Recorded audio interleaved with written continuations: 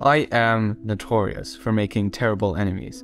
My first enemies were made 2 years ago in a video named I Made a Game in Only 5 Days.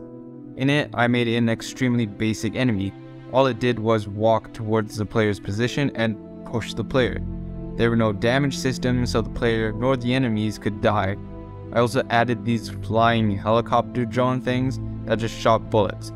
These bullets were set to continually point towards the player, and so this meant that you can never actually dodge them. After that, I released another video named My Dream Game, Astral Horizon Devlog 2, The Basics. In this video, I made another attempt at enemies. This time around, I made turrets and a driving drone enemy. Both of these enemies were terrible. For starters, despite all my efforts, I couldn't get the driving enemies to work. I even mentioned this in the video and said that I spent an entire week on the enemies but couldn't get them to work. The furthest I got was turrets that could look at the player. Now though, I think I've made it the furthest I ever have. I have turrets of different types equipped with different turning speeds, projectiles, damage, and health. I also have laser turrets that are still in the making, and I'm working on exploding enemies, tanks, and drones. I spent a lot of time concepting, planning, and determining the AI behaviors to push my enemies to the limits and make my game as fun as possible. In this video, I'll introduce you to the enemies and I'll show you every step I had to go through to make them. Hopefully this devlog will give you some insight into making good enemies.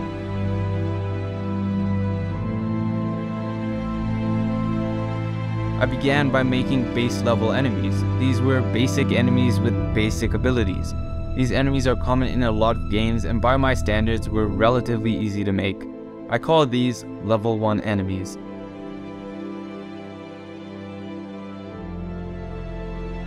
The first of these level 1 enemies were turrets. I decided to begin by making these turrets because they don't require any nav mesh or pathfinding and are relatively simple to make. All of my turrets had very customizable turning systems and a projectile system. I could change the speed, fire rate, and size of bullets very easily, and I've created an entire lineup of these turrets. Then I moved on to making an enemy that simply moved towards the player's position. This would act like a grenade enemy that would essentially stop within a radius of the player and then explode. If the player doesn't move out of the way or kill the enemy before it explodes, they will take damage. After that, I set out the framework for ranged enemies. This was another step in terms of complexity and was essentially a combination of the turret shooting and modified grenade enemy movement. It also made it so that their range, stopping distance, and other AI variables were easily customizable. The next level of enemies are the level 2 enemies. The level 2 enemies are still under development, but these will have smarter AI, more diverse gameplay, different behavioral stages, and very distinct characters. For example, some may be shy while others are very aggressive. Some may also feel very passive as they indirectly harm the player. The first level 2 enemy is a fleeing enemy. This enemy is extremely smart and essentially hides from the player. If the player catches and kills this enemy, they will be rewarded with a lot of loot. This type of enemy behavior will also eventually be added to other enemies as a reaction to the player. For example, if an enemy has low health or the player throws a grenade, then it can enter into a fleeing mode. The next enemy will be a healer enemy. I've not begun development on this enemy, but I plan to do so soon. This enemy will be extremely passive and will do its best to stay away from the player. This enemy will heal other enemies and boost their health, making it harder for the player to kill them. It will be in the player's best interest to kill the healer first. Next, I plan to convert all of my turrets into hovering robots. They are essentially the turrets, but equipped with a nav mesh and AI that allows these enemies to seek shelter and then come out to fire a few shots at the player. The enemies then go back into hiding only to re-emerge again to attack the player. The drones will be quite large and hover slightly above the ground. Although they will look similar, there will be variants of the turrets with different fire rates, stages, projectiles, etc. The next enemy will be a dashing enemy. Just like the healer, I have not begun development on this enemy, but I plan to do so soon. This enemy damages the player by reaching a certain distance, then powering up and dashing at the player. If the player gets hit by this dash, they will take a substantial amount of damage. This enemy doesn't have any other attack, but is careful when it's too far from the player. Final level 2 enemy that I've planned is basically like a moving laser. This enemy will be unique in the sense that although it moves similarly to the other level 2 drones, it turns very slowly. Even when it looks at the player, it actually overturns, similarly to the tank turrets. This is both very satisfying and very practical as it will be armed with a laser. Its movement will be similar to the other enemies with a bit less range.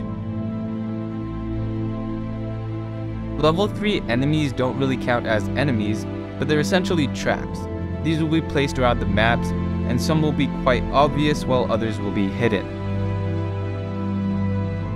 The first trap is simply a red floor panel that damages the player continuously while you stand on top of it. Its damage is similar to standing in front of a laser, and it's a very basic trap that can allow me to move the player around the maps in certain directions, and means that players have to be aware of the ground. The next trap is essentially a red spotlight. If the player walks into it, then they will trigger a ceiling turret to appear, which they will then have to kill. The final trap so far is a sensor in the ceiling or floor. When triggered by the player, it traps the player and repeatedly damages the player until you destroy the sensor. Now let's get into how I made these enemies. Making enemies can be very challenging, especially making them fun to play against. A lot of the time you end up with really gimmicky and cheap feeling enemies. To start the process of development, I suggest concepting. In order to concept, you have to do a couple things. To make a good enemy, you have to thoroughly think through things like design, art, behavior, and combat style. For example, if your story revolves around an ancient treasure, then your enemies should retain an ancient sort of design. You should also figure out what kind of combat will be fun. Fighting the same enemies is likely to get boring, so you should introduce a variety in gameplay types. This includes things like ranged turrets, dashing enemies, lasers, suicide bombers, healers, etc. Also, try to give the enemies a slightly different art style than your maps to differentiate them more. This could be a different color scheme for enemies, a different art style, or sharper, more dull designs relative to the rest of the world. Also, plan the enemy personality traits right here. Decide how you want the enemy to look, behave, interact, and act. If an enemy is aggressive, that should be clear in the design. The next step is to create rough blockouts. This is so that you can test the actual enemies out, see if they're fun, and make sure that the enemies you're trying to create are practical. All of my enemy blockouts were a proof of concept. If you haven't already, this should also be the point in time where you make a health system so the enemies can damage you and you can kill the enemies. A big recommendation is that you don't use this line of code. It's terrible for performance and lowers the amount of enemies that can be active at once. Sadly, I didn't know how bad this line was and I literally used it everywhere, like my dialogue system, my interaction system, and my health system. To fix this, try and reference your scripts in other ways. At this point in time, you have a working prototype of the enemy. If it works well, fits into your story, and is fun to play against, create a proper 3D model for it. This is one of the biggest steps in taking an enemy from a prototype to a fully fledged enemy. Final step is polishing. Generally, polishing is essential to completing your enemies. Polishing your enemies can come in the form of destruction on death, better hit registration, great optimization, clear animation, behavioral stages, projectiles, etc. Basically, just try and make your enemies feel professional rather than gimmicky. A quick example could be the fact that my turrets used to immediately snap to look at the player. Now they actually take time to turn and aren't always looking at the exact player location. Simple things like that make the game feel better.